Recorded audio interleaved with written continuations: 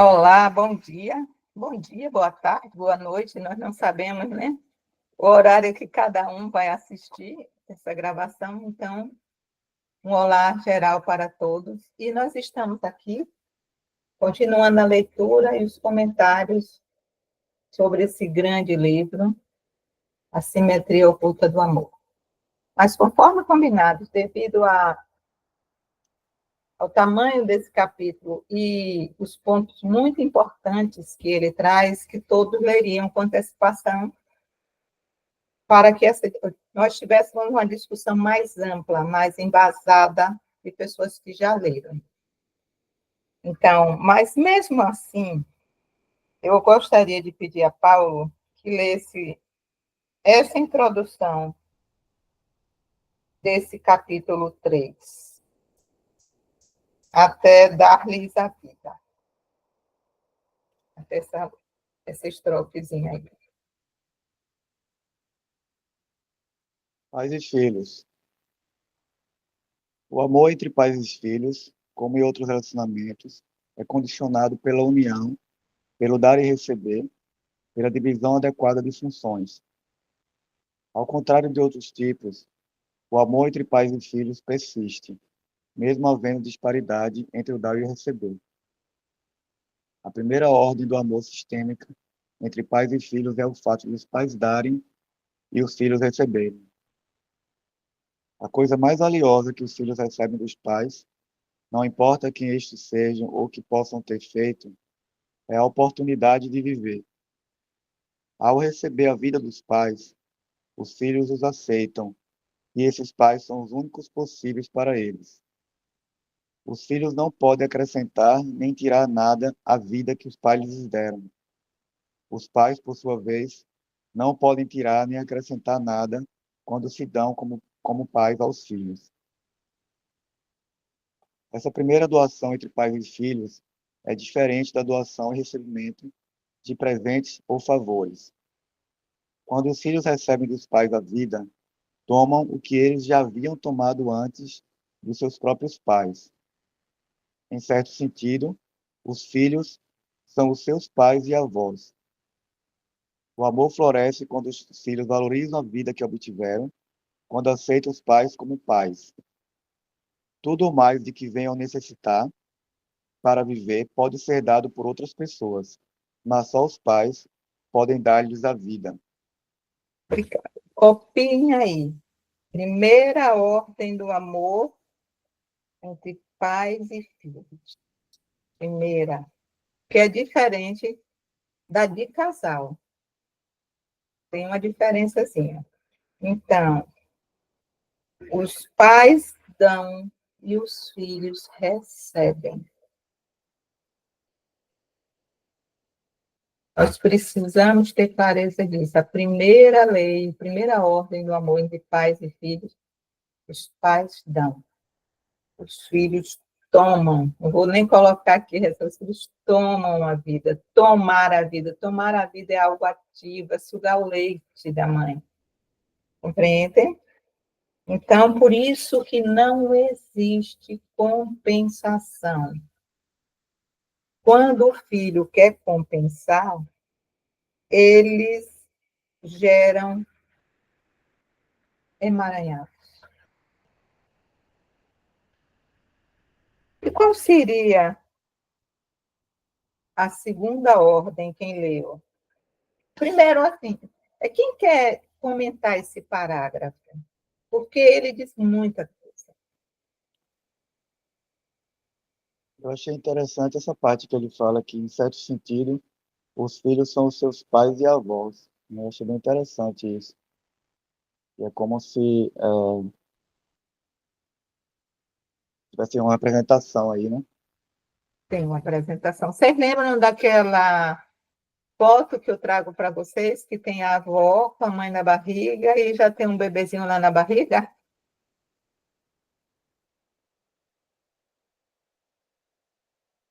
Então, aquele bebezinho lá na barriga traz tudo já, né,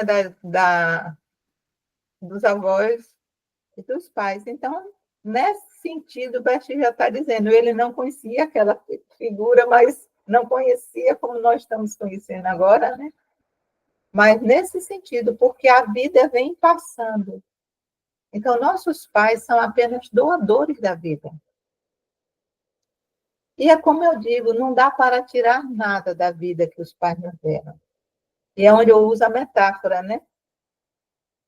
Você chega num local e alguém oferece um suco de laranja com manga e beterraba. Ou você bebe o suco ou você não bebe. Ou você toma o suco ou você não toma, porque você não pode dizer. Aí o que, que acontece? Aí a visita faz, não dá para tirar a beterraba, não? Dá para tirar a beterraba do suco? Dá para tirar o mamão? O suco já está pronto. Foi o que foi. Então, é nesse sentido que ele disse que os pais são esses.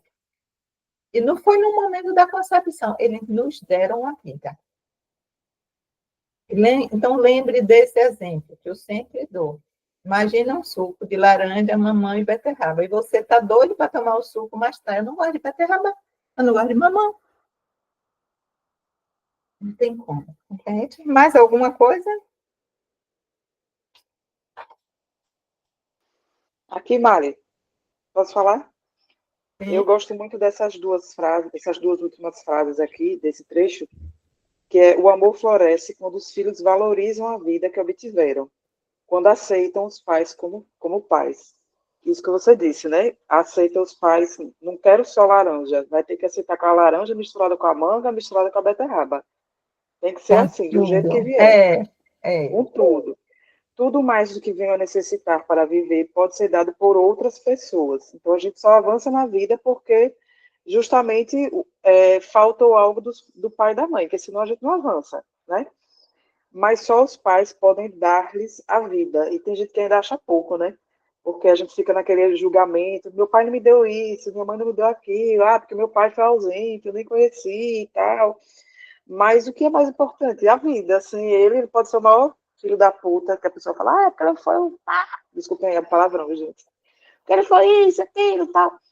Mas ele foi responsável pela sua vida. Eu sei que é muito, assim, internamente é um trabalho muito grande que a gente faz em aceitar, muitas vezes, quando a gente tem problemas com o pai, com a mãe, que fogem do arquétipo de um bom pai e de uma boa mãe. Né? A gente tem dificuldade. Mas isso é o fato. Independente se estão mais distantes ou menos distantes do arquétipo de um bom pai, de uma boa mãe, são o que são e ou a gente toma ou não toma. É isso. E aí, minha querida professora? Minha querida professora, você falou uma frase linda, que foge do arquétipo que é um bom pai e uma boa mãe. Isso. Mas eu vou complementar.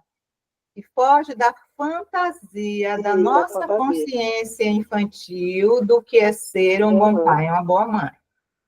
Porque o Winnicott, um psiquiatra infantil, ele tem uma definição da mãe suficientemente boa. E é o que não está acontecendo hoje no mundo moderno. Ele diz que a mãe suficientemente boa, os pais suficientemente bons, mas ele fala da mãe, que é o primeira bolha, né? A mãe suficientemente boa é aquela que sabe frustrar seu filho de maneira adequada. Então, não está para satisfazer, como você disse, se for para o pai e a mãe darem tudo, nós vamos ficar pessoas sem força de ir para a vida. Então, por isso que tem uma frase que nós usamos na constelação, diante do pai, a mãe e o filho já grande ainda, voltado aqui para a mãe e para o pai. Você não me deu isso, você não me deu aquilo. Aí essa pessoa não vai para a vida. Porque está aqui ainda cobrando boleto aqui, sabe? Lembram da história que eu falei de cobrar boleto? As dívidas, né? Meu pai me deve, minha mãe me deve, né? Cobrando boleto, cobrando boleto. Se eu estou aqui cobrando boleto do meu pai, da minha mãe, porque não me deu isso, porque foi assim, porque foi assado, porque me olhou assim naquele dia, ok, todos nós, na nossa humanidade, vamos ter erros. Pais e mães são humanos, não são um arquétipo fantasioso da nossa consciência infantil. Então, o filho ou a filha olha para os pais e diz: Vocês me deram a vida, e por isso eu sou grato, e o resto da vida me dá. Se curva e honra e pode ir para a vida. Mas toda vez que eu volto e cobro algo dos pais, venho cobrar um boleto aqui, eu estou voltando para a minha consciência infantil. Eu quero mais, foi pouco, né? Então, a gente precisa lembrar disso aqui. O filho voltado para o pai e para a mãe ainda com cobranças, ele não pode ir para a vida porque ele está preso aqui. Então, lembre disso aqui. E toda vez que a gente começar, mas minha mãe, baixa a cabeça e diz, obrigado pela vida, vocês me deram a vida, o resto eu vou buscar, a vida me dá. Compreende? Esse é o nosso crescimento. Então, nós só crescemos, só fazemos a individuação se nós passarmos por frustrações e quisermos realmente crescer como adulto, nós temos que sair dessa cobrança e ir para a vida. Ok? Alguém mais? Oi? Eu, que levantei aqui a mãozinha, Georgia. Só para... Dá para ouvir? Sim. Só para fazer uma observaçãozinha. Quando a gente, Débora falou de arquétipo, isso me chamou para os pés no chão, porque quando a gente fala do arquétipo da grande mãe, né, do grande pai, ele tem sombra e tem luz, como a gente vai ler aqueles livros de Jung, ele tem sombra e luz. Agora, quando a gente trabalha esse complexo da grande mãe na gente, a gente traz a ideia do 100% perfeito. Isso, para mim, fez uma diferença enorme para entender Bert, por incrível que pareça, até porque me lembrei que Bert fez todo esse estudo, né, com Freud, com Jung, e aí eu pude, para mim, entrar melhor isso que Mari falava e que eu ficava doída. Mas eu precisei desconstruir essa coisa de arquétipo da grande mãe, porque o arquétipo da grande mãe, ele vai para a sombra e para a luz, por isso que tem mãe que, às vezes, tem aquele impacto que a gente chama de terror e tem aquele impacto maravilhoso. Agora, essa exigência de ser perfeita, que é da minha criança, das minhas crenças, né, que gravitam em nível dos complexos, aí que faz a diferença. Então, para mim, Besta foi muito sagaz. Eu demorei para entender isso, e Mari que o diga. Mas é como se um raio tivesse caído, e para mim isso ficou muito claro. Né? Se eu ficar só na Virgem Maria e acreditando que ela é 100% perfeita, eu vou estar sempre cobrando. Mas se eu entendo que ela integra a luz e a sombra, e que é uma pessoa normal, como o Bert fala, e Mari traz sempre isso, é mais fácil de viver comigo mesma, e até com a minha maternidade. Muito interessante isso. Oh, Jorge, você trouxe um ponto 10. A Virgem Maria. A grande mãe. Nossa. Mas a grande mãe, e eu não estou dizendo isso, é a Bíblia que fala, o Evangelho segundo o Espiritismo, que são duas que eu estudei muito, né? Eu vim da Igreja Católica, fui para a doutrina espírita, hoje eu sou espiritualista, leio muito o budismo, gosto muito, né? Então, assim, a grande mãe, Maria, a mãe de Jesus, ela não compreendeu o propósito, a missão de Jesus na Terra. Tanto que no primeiro milagre, foi meio que gente, por favor, com respeito a todas as religiões, mas foi meio que um puxão de orelha, né? Quando faltou o vinho. E era um mau presságio quando faltava vinho num casamento, né? E dizem que Maria chamou Jesus e disse: faça o que tem que ser feito, né? Você não disse que veio aqui? E aí Jesus diz: mulher, ainda não estou pronto. Mas ele obedeceu e transformou água em vinho.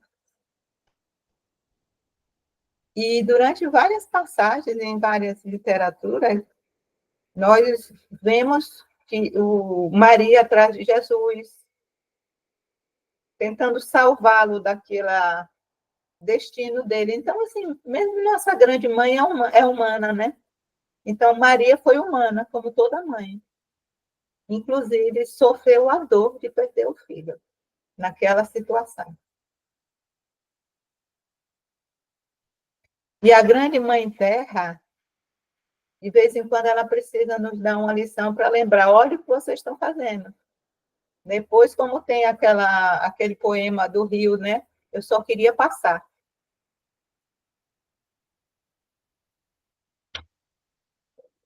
Eu só queria passar. Então, nós destruímos, né? Fazemos um monte de bobagem, né? Quebramos os brinquedos, né? E os pais dão, que a terra nos dá. Depois nós ficamos, porque foi enchente, porque... Então, essas duas metáforas, né? De Maria, a mãe de Jesus, e a grande mãe terra. Como nós, na nossa infantilidade espiritual, de um nível de consciência maior, nós queremos nosso bem-estar hoje. Mas nós não estamos pensando muito no futuro, as nações não estão pensando quando a gente está aí destruindo a natureza, né? Então, acho que foi bem legal. Se a gente tem esses arquétipos, a gente pode avançar muito. E qual é a segunda ordem do amor entre pais e filhos? Mari, Oi? deixa eu colocar um sentimento que me bateu aqui agora, nesse todo esse acontecimento entre o que Débora colocou e o que Georgia colocou, é que assim que Débora estava colocando a fala dela sobre a situação do arquétipo de mãe, certo? E você ainda enaltecer essa situação, que a mãe precisa ali, às vezes, não ser aquela mãe perfeita e boa, mas trazer um... Doutor Winnicott, um doutor. Sim, sim, sim, sim. E aí, olhe bem, vamos começar a rir, galera. Na última aula, quando o Luciano foi falar da pasta de dentes, que ele apertou o filho de manhã cedo. Aí eu digo, rapaz, se eu colocar isso aqui agora, a Mari vai apertar meu juízo de novo. Mas deixa eu pensar primeiro antes de colocar. E aí veio que o que se tratou ali na sala foi a minha criança, e não a criança dele. Aqui a gente está olhando agora o adulto em referente à criança. Entendeu? Então, também essa relação entre pais e filhos, perceber quando você, pai, não está indo para sua criança para querer educar seu filho. Entendeu? É mais essa colocação que achei que era interessante pontuar sobre o que se passou lá naquela sala e o que está se passando aqui agora com essa fala. Quando a gente precisa estar atento, quando na educação dos nossos filhos, a nossa criança, que não foi vista, não foi validada, né? O Lowen, da bioenergética, ele traz isso muito lindo. Como nós, como pais, muitas vezes nós temos ciúmes e inveja dos nossos filhos por eles terem oportunidades que nossa criança não teve. Então, quem de nós ia pegar uma pasta e brincar, né? Quem ousaria, né? Fazer uma vez só, né? Fazer uma vez só, né, Luciana? Então, hoje a gente já olha para o filho, já fala, olha, não dá, ou troca, como eu falei, tira a pasta grande e dá a pequenininha. Então, mas o Bruno Bertoli, não sei se o sobrenome é isso, é outro psiquiatra infantil, e ele, do livro dele eu trago essa frase até hoje, Luciano. Toda vez que você estiver na frente de uma pessoa, como terapeuta, como pai, como, sei lá, professor, e antes de você deixar sua criança pular na frente, você lembre de como era você naquela idade. Então, quando eu vejo 14, 15 anos, né, dizer assim, essa juventude de hoje, eu falo, Jesus, eu com a cidade, eu estava fazendo tanto, né? Porque nós, com 18 anos, gente, nós já éramos, ao menos na minha época, 18 anos já era adulto. E uma mulher com 24 anos já era velha para parir. Meu primeiro filho eu tive com 24 anos e os médicos dizendo, mas você já está numa idade avançada para o primeiro filho. Né? Então, com 18 anos, a gente já olhava o filho assim, ó, ele vai para o mundo, terminou. Poucos conseguiam terminar o ensino médio, gente. Hoje, a faculdade já não é nada, você tem que ir para o DOC, pós-DOC, né? Então, o nível de vida que ampliou. Hoje tem pessoas com 38, 40 anos morando na casa dos pais e dizendo, mas eu ainda quero fazer o pós-doc. E nós, como pai, também temos que, né, ser suficientemente bons de dizer, oi, agora vai para a vida, né? tudo ao bom senso. Mas precisamos estar muito atentos à nossa criança, que não teve, que faltou.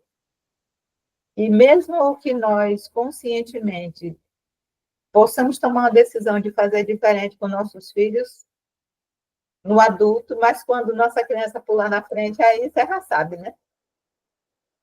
Quando o Lucianinho e o Lucianão né, estão disputando, mas eu não pude fazer isso, eu não pude brincar com essa pasta. Compreende, Luciano? E isso é nível de consciência. Naquele momento da aula, eu fiquei. Hoje eu já compreendo, hoje eu já sentei isso, hoje eu já cuido mais da minha criança e eu posso cuidar mais do meu filho. Então, quando nós cuidamos da nossa consciência infantil, nós vamos dando passos para fazer o mundo melhor, com nossos filhos, com nossos netos, com outras crianças, com o mundo. Obrigada, viu, Luciano? Então, qual é a segunda ordem do amor entre os pais e filhos? Tem aqui. Seria se honrar, né? Essa dádiva, essa vida. Isso aí nós já falamos. Isso aí nós já falamos, mas tem uma coisa muito importante aqui. Está lá no. Leiam aí no segundo parágrafo da página 102, que é onde a maioria dos filhos criam um emaranhado. Leia aí, Paulo, por favor. Além de dar-lhes a vida, os pais dão-lhe outras coisas. Cuidam deles, Não, proporcionam... na 102. 102. Aí 102, primeiro Os parágrafo. pais se sentem profundamente. Eu estava no segundo parágrafo, primeiro parágrafo. Os Aham. pais se sentem profundamente satisfeitos quando são aceitos por seus filhos, quando vislumbram um lampejo em seus olhos, quando ouvem a gostosa frase: "Estou feliz por você ter me dado a vida." Os filhos encontram a paz quando aceitam seus pais, como eles são. Além de dar a vida, os pais dão-lhes outras coisas. Cuidam deles, proporcionam-lhes vantagens, desvantagens e oportunidades para o bem ou para o mal. Os filhos são incapazes de equilibrar a grande disparidade entre o dar e receber em seu relacionamento com os pais, ainda que o queiram. Assim, a disparidade irreconciliável entre o dar e receber constitui a segunda ordem do amor a que os filhos devem obedecer.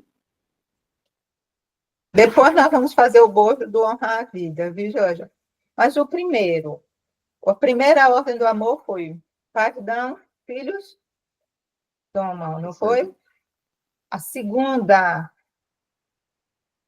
é que tem uma disparidade irreconciliável entre o dar e receber. A segunda ordem do amor que os filhos devem obedecer é não procurar equilibrar isso, gente. É apenas receber a vida e honrar. Mas quando um filho diz: eu vou fazer tudo por meu pai, pela minha mãe, para compensar tudo que eles me deram, o primeiro é na posição de cobrador, né? Eu quero mais, você faltou, me deve, me dê, me dê, me dê. Não vai para a vida. O segundo é: eu vou compensar meus pais, tudo que eles fizeram. Eu vou ser o doador, eu vou ser o grande. Eu vou ser o grande, eu vou ser o grande. E na hierarquia, os pais são grandes, os filhos sempre vão ser pequenos. É como uma cachoeira, né? Uma cascata. Os pais estão aqui. Se eu tento compensar, é como... Eu acho que só tem só um peixe que nada numa época, né, do acasalamento contra a correnteza.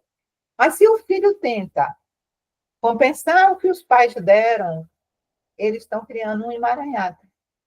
Então, é dizer: eu recebo com gratidão a vida e tudo que você me deu, e eu vou para a vida. E eu passo a vida para frente.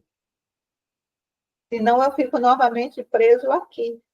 Então, não existe compensação entre dar e receber, entre pais e filhos. Segunda ordem. Os filhinhos maravilhosos, as filhinhas maravilhosas que querem compensar papai e mamãe por tudo que eles deram, Não tem como compensar. A dívida é impagável.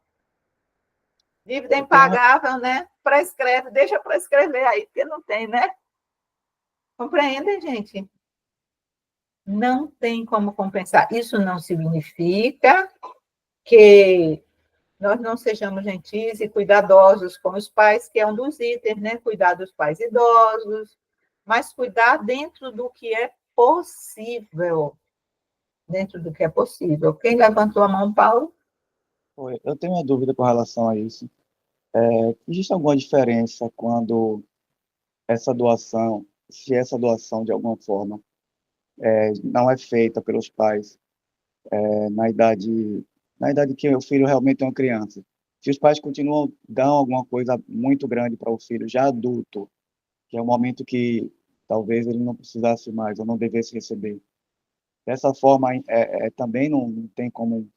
Você acha que não há um desequilíbrio aí? Por exemplo, o filho com 40 anos e os pais dão alguma coisa muito a mais do que para outros filhos, ou pagam uma dívida do filho, por exemplo. Eu não acho que fica aí desequilibrado, não. O filho deveria retornar, por exemplo, esse débito. Nós estamos falando de coisas diferentes, Paulo. Mas não é Não tem como, não tem como um filho compensar os pais pela vida que eles deram. Não tem. eu não estou dizendo isso, compensar pela vida. Deixa eu terminar. Vou pegar seu raciocínio. Então, na infância, para ver se eu estou entendendo. Na infância, os pais não deram o que podiam para os filhos. Deram o que era possível. E o filho ficou na falta. E quando chega na idade adulta, os pais querem compensar o que não deram aqui. É isso que você está falando? Mais ou menos. Pode ser também interpretado assim. Né? Então, o pai lá na frente paga essa dívida desse filho se ele quiser. E outra coisa, uma coisa que Bert fala assim, essa ajuda dos pais a filhos adultos está enfraquecendo ou fortalecendo o filho para ir para o mundo? Eu acho que a pergunta seria mais ou menos assim: quando o pai ajuda o filho adulto, e o filho não deve, quando eu falo que o filho não deveria compensar, eu não estou falando de compensar a vida. Eu entendo que a vida não dá para compensar, mas Exemplo mais palpável, você falou pagar uma dívida. uma dívida real, uma dívida real, Uma por dívida exemplo. real, financeira. Financeira, Então, por assim, exemplo. o que levou... Aí é onde a gente se monta uma constelação. O que é que levou esse filho a fazer essa dívida? Ele está sendo... o tema do próximo parágrafo. O que é que fez no sistema familiar esse filho está gerando dívida? Ou não está tendo um emprego? Ou não tendo sucesso profissional? É um padrão repetitivo dentro do sistema. Esse filho que não está indo para o mundo, realmente ele está querendo cobrar dos pais ou ele está fazendo uma repetição de padrão? Entendem por que a resposta não é 2 mais 2? Agora, se você perguntar, eu vou perguntar sem ser constelador. Mari, você tem 2 filhos adultos. Você ajudaria seus filhos financeiramente? Eu vou ver se essa ajuda enfraquece ou se essa ajuda fortalece.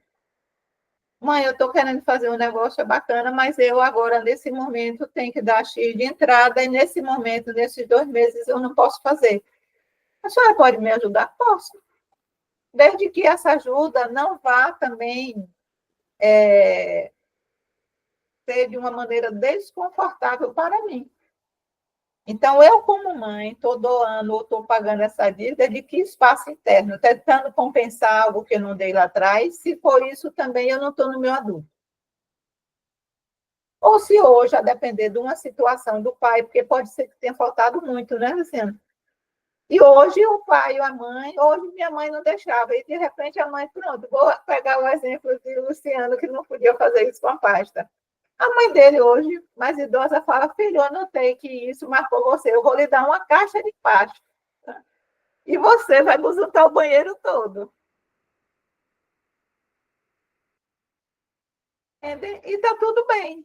É metafórico isso, entendeu, Paulo? Mas, assim, eu digo para os meus filhos, é muito bom ser avó, porque eu posso fazer com os netos, por isso que vem os avós, Paulinho. A gente pode fazer pelos netos hoje, o que muita coisa a gente não pode fazer pelos filhos. Porque nós éramos responsáveis pela educação, porque faltou, e é real. Mas de que espaço interno uma mãe e um pai estão dando, estão ajudando um filho, fortalecendo se ele vai fazer um negócio bacana, se ele está realmente, foi a pandemia, muitos pais sustentaram, muitos pais aposentados sustentaram seus filhos que eram autônomos.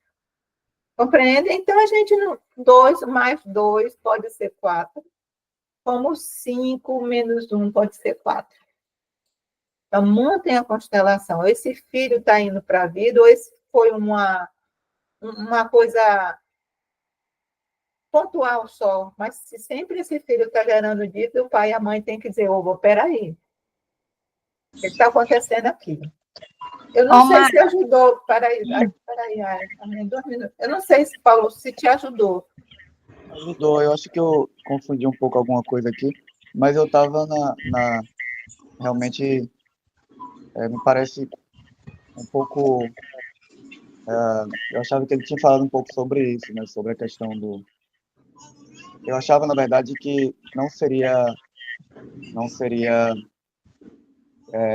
correto os pais continuar dando coisas para os filhos adultos, mas você trouxe a questão que depende se enfraquece ou fortalece a história do filho, né? Então, esclareceu isso.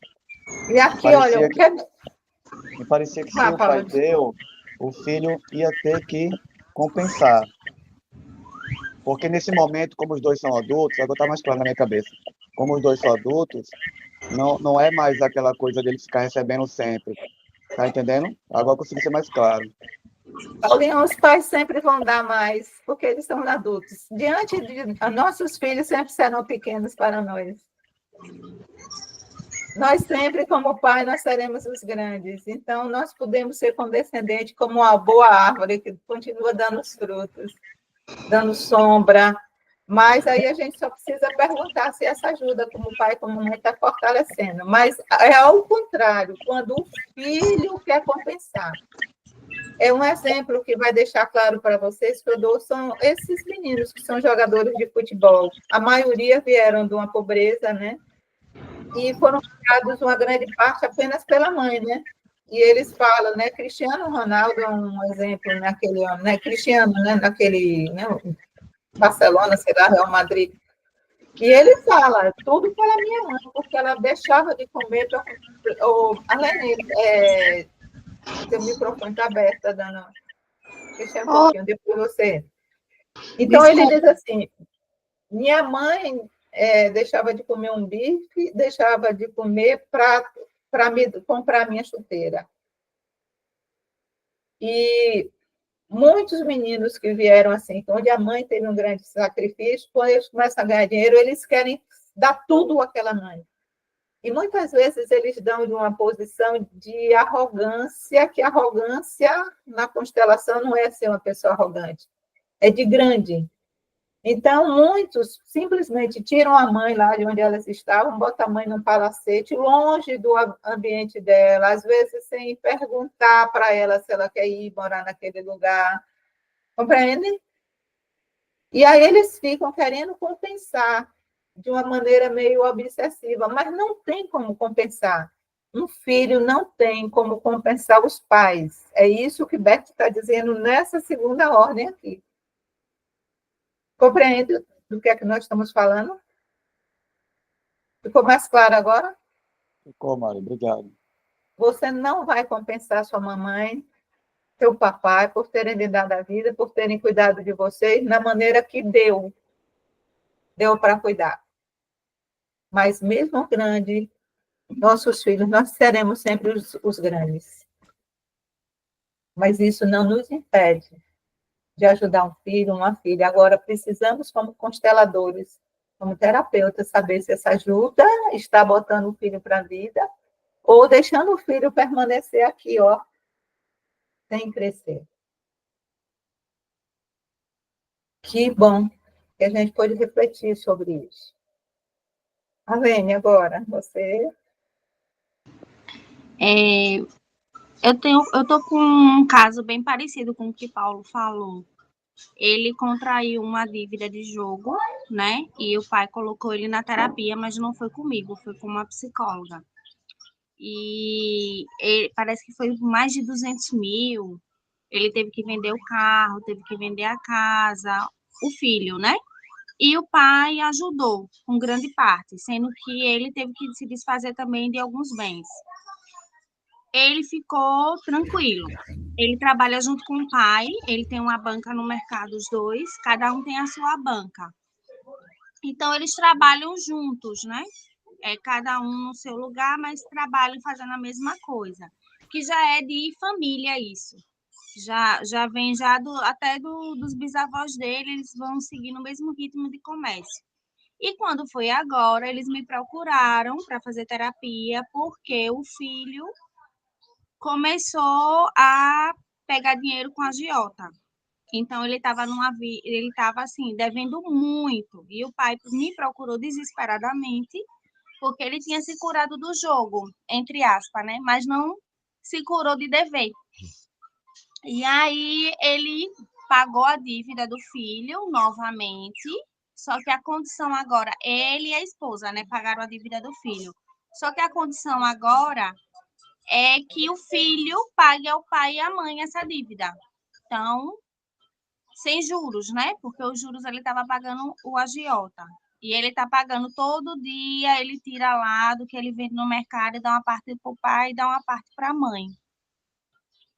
E agora o pai tá assim, eu disse para ele que não colocasse todas as fichas em mim, porque não depende de mim, depende do filho. E estou orientando eles fazerem uma constelação, buscar um constelador para poder constelar justamente essa questão. Porque ele já foi para terapia convencional com um psicólogo, né? E ele tem um padrão muito forte, sabe, Mari, de mentir. Ele mente muito, o filho, né? Aí tem Olha, esse padrão. para a gente não estar entrando aí muito nessa história. Primeiro, aí tem pode ter um padrão. Quando vocês forem estudarem o módulo que vai ser agora em novembro, né, das ordens do sucesso. Tem um padrão de repetição no sistema familiar, é que a gente tem alguém do nosso sistema, está querendo, quando está perdendo dinheiro, muito dinheiro, fazendo dívida para jogo, para agiota. O que é que aconteceu aqui atrás? Quem desse sistema lesou quem aqui atrás? Que fica uma pessoa fazendo dívida, e sabe? Então, aí me parece um padrão repetitivo de eu estou pagando uma dívida lá de trás que o meu sistema tirou de alguém. E muitas vezes o filho ou a pessoa que cria uma situação dessa na família, aceita fazer a terapia, mas não porque quer mudar. Mas é uma exigência dos pais, como assim vem maridos, porque a mulher me mandou aqui. O que você veio fazer aqui? Ah, minha mulher me mandou aqui, porque senão o casamento acabava. Então, cuidado, terapeutas, consteladores, quando vem esse canto da sereia, que você disse, não joga as fichas em mim. Porque é real que esse rapaz quer mudar? Ou ele pode fazer, como você disse, o pai ele pagou, perdeu casa, vendeu casa, e ele ficou bem. Então, a frase que eu peguei é que ele fez tudo isso e depois ele ficou bem. E aí fez de novo. Então, é onde Bert fala que sempre tem que ter cuidado com o perdão, né? Aí o pai perdoa, a esposa paga. Então, assim, esse rapaz vai continuar criança até quando? E se ele está. E olha, quem te procurou foi ele ou foi o pai? Quem me procurou, na verdade, foi a mãe dele, que já me conhecia. Pois é, você já me deu a resposta. Você já me deu a resposta. Pronto. Só que Entenderam? agora ele falou que ele quer realmente se tratar, que mesmo que não seja comigo, ele disse que quer se tratar. Isso foi, ele disse que sozinho ele não consegue. Amada minha, ele está devendo ao pai, à mãe, à esposa. Aí dizem, você tem que ir para terapia. Ele vai dizer que não quer? De jeito nenhum. Entendi. Pois é. Então, cuidado com essas pegadinhas. São pegadinhas que chegam para a gente. Não, eu quero, dessa vez eu quero. Ele está lá no bem, como você disse, ele está bem. Mas para meu pai ficar bem, minha mãe ficar bem, mamãe procura terapeuta, como se ele fosse uma criança.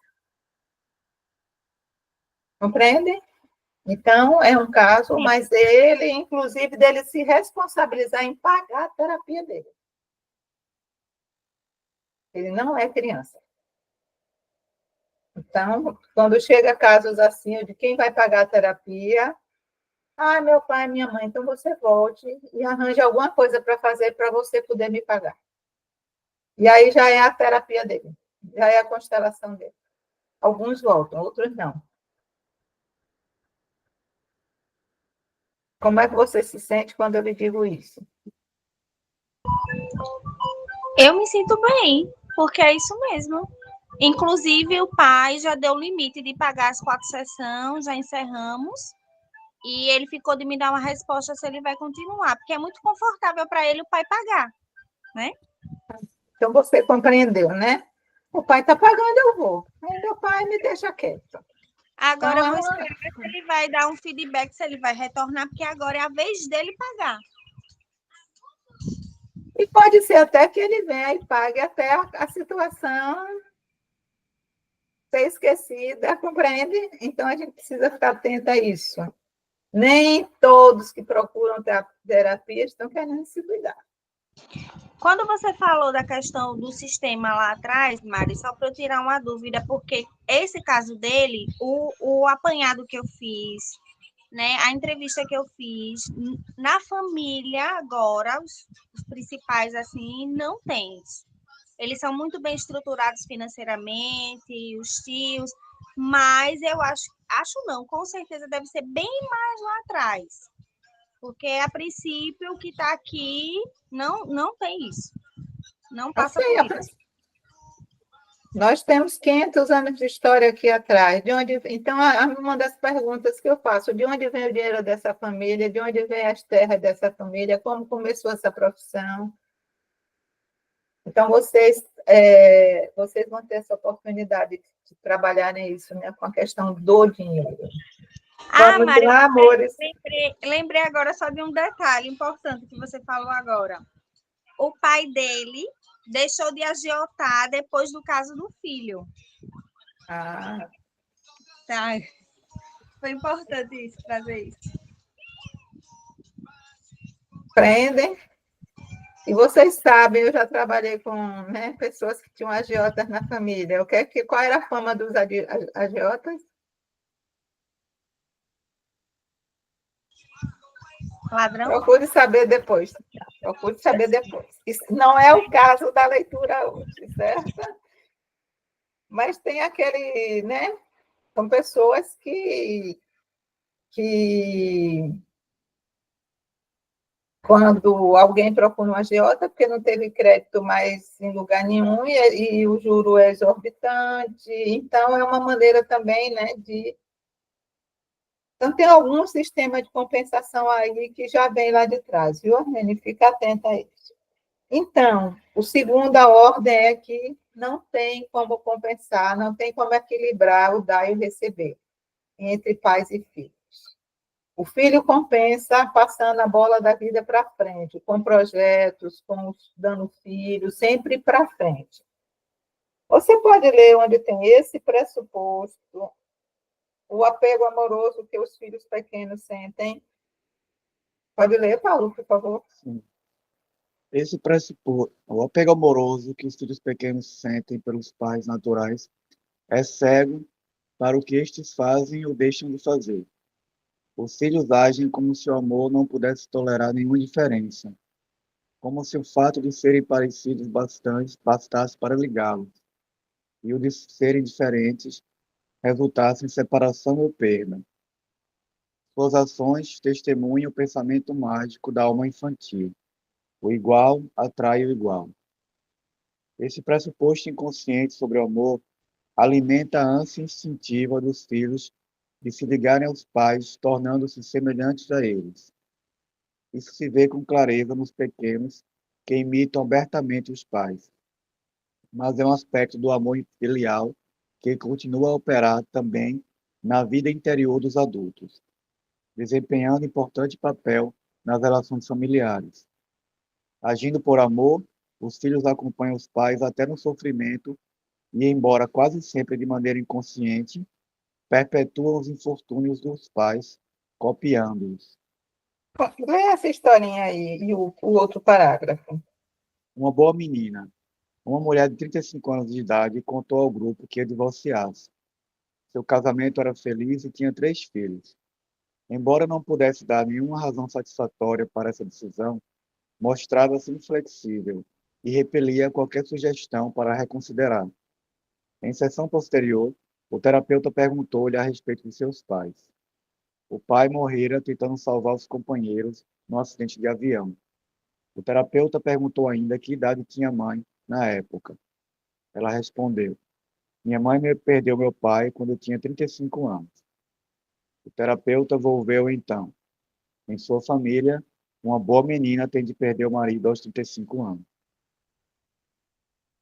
Cega de amor, a filha fez o que a mãe fizera, partilhando sua perda como se uma segunda separação compensasse a primeira, como se seu divórcio demonstrasse lealdade. Os filhos, inconscientemente, aspiram a igualar os pais no sofrimento.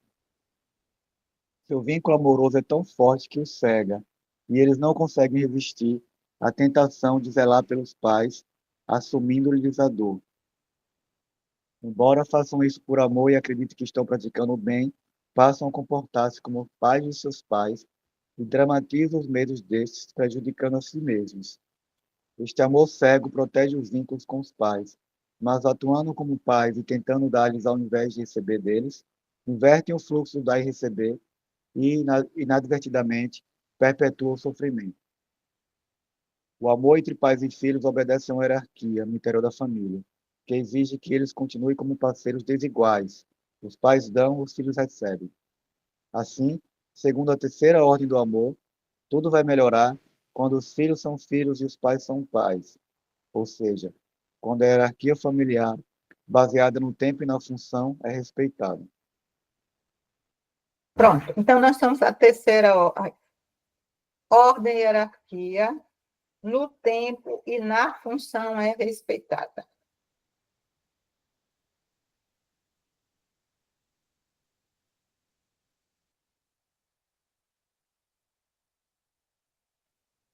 O que seria a hierarquia baseada no tempo e na função?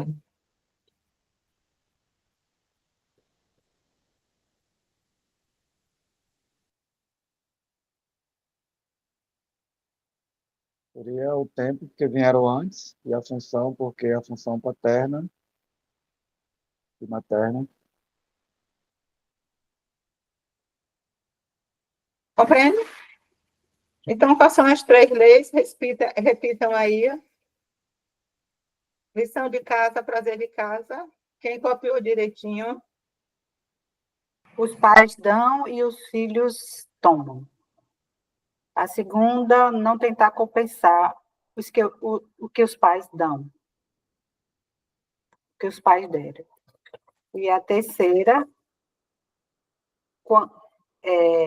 quanto a hierarquia do tempo e na função é respeitada. respeitar. Tudo Ainda bem.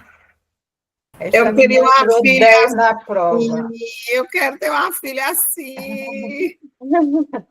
Então, gente, bom dia, querida. Gente, se a gente olha, Mari, é de tanto ler isso aqui para tentar entender que tem que sistematizar. Porque, por Pois exemplo, é. para mim era a mesma coisa. Eu tive muita dificuldade, Georgia, como você diz, de fazer essa separação. E confesso que só cheguei a ela agora. Mas é isso. E aí, Conceição, eu vou pegar uma situação sua. Quando nós precisamos cuidar dos nossos pais adultos, isso é correto cuidar, tem um exemplo aqui, mas a gente cuidando deles do nosso lugar de filho, de filha, de pequeno, respeitando. Então, quando uma mãe doente, um pai doente diz, eu não quero ficar no hospital, ou eu não quero ficar na casa de um filho, eu quero ir para a minha casa. E a gente respeitar que a casa deles é o canto deles, é a terrinha deles, ali onde eles florescem. Então, nós podemos ajudar os pais adultos, mas sempre sabendo que nós somos filhos, né? Que não tem como compensar, que a gente cuida, mas nunca vamos cuidar de igual para igual. Mas a gente, no nosso adulto, compreender que eles são, na hierarquia do tempo e da função, eles são os pais e nós somos os filhos. Então, isso, quando a gente vai... Gente, isso é um trabalho de uma vida inteira, não é um trabalho daqui, não. Não é daqui. Não é daqui para cima, é daqui para baixo. É orgânico, como a gente fala na experiência somática, isso é uma coisa orgânica, respirar. Meu pai é o grande, minha mãe é a grande, e eu vou cuidar dele, sim. Mas no que eu puder, do jeito que eu puder, e não assim, largando tudo para compensar, e eu volto a olhar para o passado. E aqui nós vamos fechar, porque eu não vou ficar discorrendo muito sobre isso, mas gostaria que você lesse, Paulo, dar e receber entre pais e filhos. Apenas esse pequeno resuminho aí. Tá. Tanto os pais quanto os filhos se sentem tentados a dar e receber, o que prejudica o amor. São comuns os equívocos quanto ao que o amor permite, com consequências muitas vezes funestas. O fato de que o dar e receber entre pais e filhos não possa ser equilibrado por doações recíprocas pede que se busquem outras soluções. Três padrões comuns de dar e receber entre pais e filhos são prejudiciais para o amor. 1. Os filhos se recusam a aceitar os pais como são. 2. Os pais tentam dar e os filhos tentam receber, o que é prejudicial. 3. Os pais tentam receber dos filhos e os filhos tentam dar aos pais. Então, esse resumo aqui é perfeito. Perfeito. Aqui é onde são a desordem daquela ordem gera todos os emaranhados sistêmicos que vocês vão ler e reler esse capítulo várias vezes. Então, quando os filhos se recusam a aceitar os pais como são. Ah, meu pai deveria ser, meu pai, minha mãe foi assim, tá. Então, assim, eles tinham que ser diferentes. Não é. É o suco com laranja, com mamão, com beterraba, é isso. Os pais tentam dar e os filhos tentam receber o que é prejudicial. Como é que isso chega até vocês? Os pais tentam dar algo que é prejudicial e os filhos tentam receber o que é prejudicial. Quem tem ideia do que seja isso?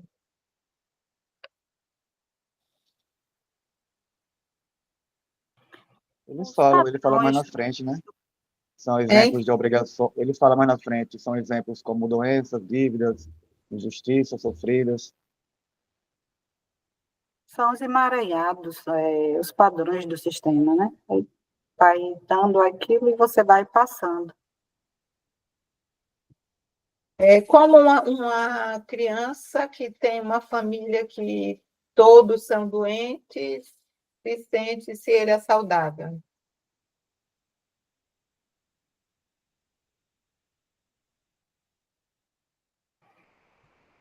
E outro exemplo que eu vejo, já vi muito aqui no Nordeste, lógico que em outros lugares deve ter, mas eu falo no Nordeste onde nós vivemos. Tem algum assassinato na família e a família do que foi assassinado, né, cria aquele filho para vingar a morte daquele parente. Vocês já viram isso? Conhece essa história? Então, o que é que a gente está passando, né? Que a pessoa está passando para o filho? Sua vida vai ser vingar aquele avô, aquela avó, aquela irmã, né? Que eu não me vinguei porque não posso me vingar, mas você é quem vai fazer essa vingança. Ou então passam dívidas, passam desorganização, passam doenças, e o filho no amor cego. O que é amor cego? Quem pode me dar uma descrição do que é amor cego?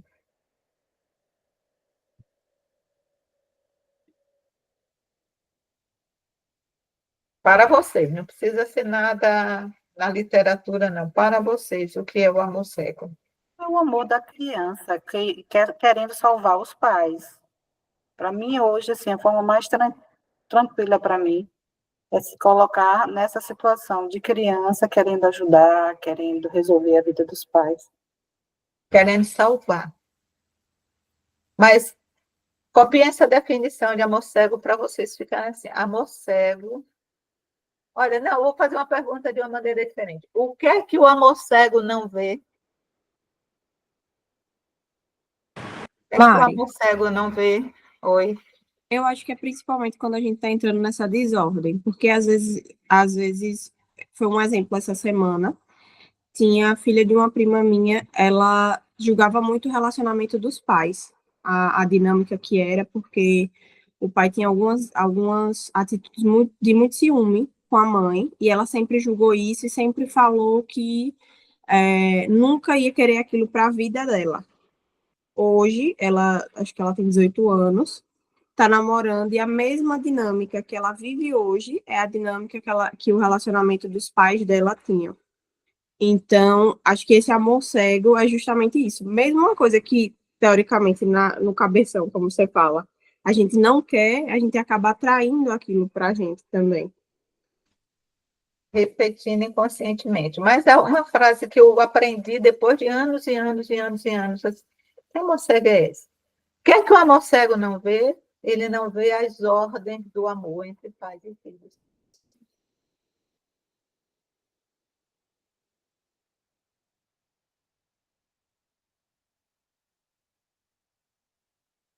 Quando eu não vejo as ordens, eu entro nessa desordem, nesses emaranhados. Então, eu acho que aqui a gente sintetizou bem essa coisa das ordens e das desordens, né? E aí tem uma coisa que é importante para nós, como terapeuta e consteladores, antes da gente avançar, é sobre, lembram que nós sabemos dos sentimentos, sentimento primário, secundário, adotado e meta-sentimentos. E aqui, foi até Débora, não sei se Débora ainda está por aí, acho que foi ela que disse que tinha um compromisso. Ela me perguntou, Mário, o que é um sentimento adotado? Paulo, você pode ler na página 105, recusa aceitar o pai como é. Um exemplo. Recusa aceitar o pai como é, um exemplo. Tem uma pergunta sobre o respeito devido pelos filhos ao pai. Trabalhei arduamente com a família durante alguns anos. Os pais são divorciados e o homem vive em outra cidade. Os filhos o rejeitam com forte ódio porque ele vivia aterrorizando a sua mãe. Viram-no espancá-la em diversas ocasiões. Descobriram também que ele molestara sexualmente crianças de escola. O homem se esforçou sinceramente para mudar e tentou com frequência estabelecer contato com eles, achando que a reconciliação talvez fosse possível. Escreveu-lhes, mandou-lhes presentes, mas os filhos não querem nada com o pai. Chegaram a rasgar suas fotografias do álbum de família. Hellinger, que idade têm os filhos? De 10 a 18 anos. Vivem todos com a mãe e dizem que não querem nunca mais ver o pai. Certo. Em primeiro lugar, o ódio que sentem pelo pai é provavelmente da mãe, não deles próprios. É forte demais para ser ódio de crianças. Mas o fato de assumirem o ódio da mãe não os isenta de suas consequências. Compreendamos de uma vez por todas. Tudo o que fazemos traz consequências para nós e para nossos filhos também. Ter justificativa moral para uma ação destrutiva não subtrai essa ação aos seus efeitos, como as boas intenções não atenuam os danos das ações perversas. Até aí. Então, quando o Bert pergunta, ele diz aqui: em primeiro lugar, o ódio que sentem pelo pai é provavelmente da mãe, não deles próprios. Isso aqui é um sentimento adotado. Então, para quem tinha dúvida o que era sentimento adotado, a criança diz: eu odeio meu pai. Mas, como ele diz, é uma coisa muito forte para uma criança, para 10 e 18 anos. Então, isso veio da mãe. Então, coloquem aí, refletir sobre os meus sentimentos. Quais são os sentimentos que eu posso ter, que foi adotado da minha mãe, do meu pai, do meu sistema familiar e que não é meu? Nós já fizemos um exercício desse no grupo, que era devolver, né, o sentimento àquele ancestral, às vezes um avô, uma avó. Então, o livro A Fonte Não Precisa Perguntar pelo Caminho fala muito bem sobre esses sentimentos, e eu acredito que eu já compartilhei esse texto digitado para vocês. Então, releiam isso. Então, vamos lá. Já falamos sobre isso, para avançar. Hierarquia entre pais e filhos já também, já falamos.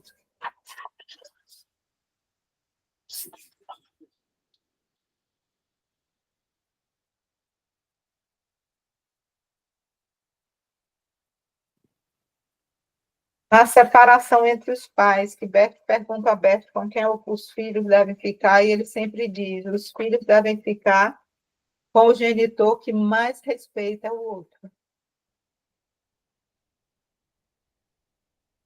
Porque quando um homem respeita a mãe da mulher, a mãe dos filhos dele, né, ele não faz uma alienação. E se o contrário também é verdadeiro. Velhice dos pais, eu já comentei aqui alguma coisa. O que vocês gostariam de saber até a gente chegar no capítulo que nós vamos para a segunda parte? Até a página 127, quem tem dúvida de alguma coisa, quem quer perguntar alguma coisa? Eu acho que os pontos mais específicos que a gente precisava entender, nós conseguimos avançar um pouco.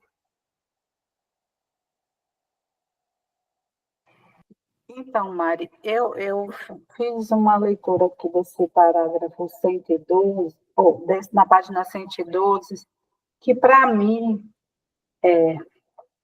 soou dessa forma. Bert quer dizer que o grande segredo da vida é você brindar a vida, celebrar a vida.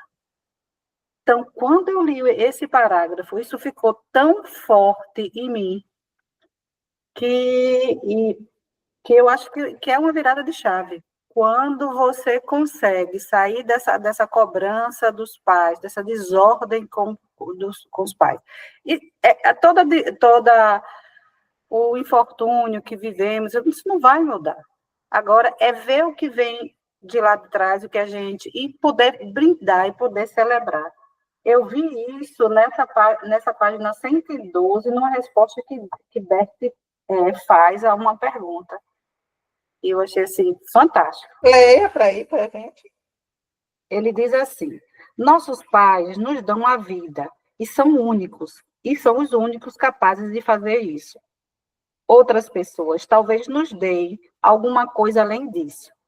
Estritamente falando, não recebemos a vida de nossos pais. Elas nos vêm de longe, por intermédio deles. Então, ele já coloca para a gente ver o algo maior lá atrás. Os pais são a nossa conexão com a fonte de vida. Com algo além das falhas que porventura temos. Ligados a eles, encontramos essa fonte mais profunda que encerra muitas surpresas e mistérios. Uma coisa bonita acontece quando as pessoas observam seus pais e reconhecem neles a fonte da vida. O amor exige que quem recebe reverencie o dom e o doador. Quem ama e honra a vida, implicitamente glorifica e ama quem a dispensa. Quem despreza ou desmerece a vida, não a respeitando, amesquinha quem a dá, quem os dão. Quando as pessoas recebem e reverenciam o dom e o doador, erguem bem alto o presente até que rebrilhe. E embora esse presente passe por meio delas, aqueles que seguem o doador continuam banhados em sua luz. Exatamente. O que Bert nos dá essa concepção, que a gente agradece a vida aos pais, mas a vida veio de algo maior. Quando a gente se liga com esse algo maior, gente.